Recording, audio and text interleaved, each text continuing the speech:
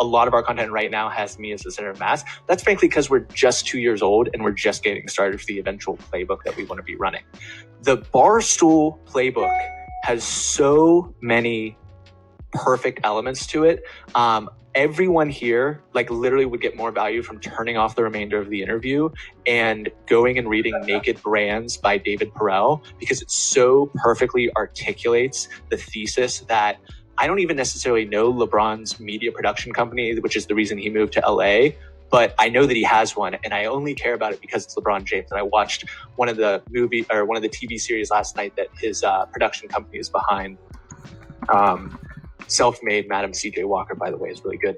And the same premise of Barstool, where you are so married to the personality. It is not about the result of the game. It is not about the jersey, although the Barstool jersey is definitely its own thing. It is about, I like Big Cat, or I like Dave, or I hate Dave, or I like KFC, or and we can go on and on, Chicks in the Office, all the way down the line. And that loyalty and that personality-centric brand is what the consistency and transparency enabled by digital media opens the door for in every single domain. And the way downstream implications of this, there's actually a very specific rundown where the light bulb just completely went off for me. You guys might be familiar with Body Armor, the not energy drink, but sports drink or something. So Body Armor was started by a guy named Mike Rapoli. Mike Rapoli previously created Smart Water and Vitamin Water. So beverage genius, right? He went in the early stages. He got money from Kobe Bryant. He got money from Dr. Pepper for his latest iteration. And in their most recent valuation, the most recent funding, Body Armor was valued between $1 and $2 billion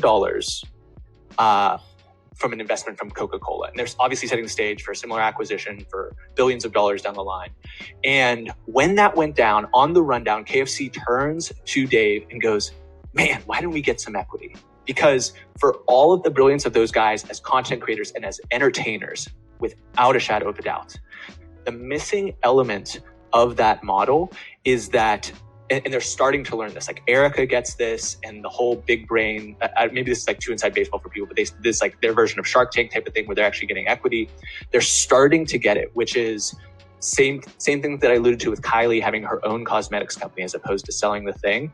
The real long tail of building an audience, the real long tail of being an influencer, or frankly, just having a reputation and a brand that is relevant to people, is that the amount of trust that you engender through that kind of inordinate transparency gives you the almost unshakable foundation to then bring something to market for your audience. And for us right now, what that means is we bring these creative services, and we have this event, and we have our advertiser, as you can see there on the latest version of the rundown. But down the line, what that's going to mean is I'm going to turn to the audience and say, hey, this is my friend. She graduated first in her class from the local law school. She's completed multi-$100 million deals. And if your startup needs legal documentation done right, come to Piper Law, because she's going to help you out.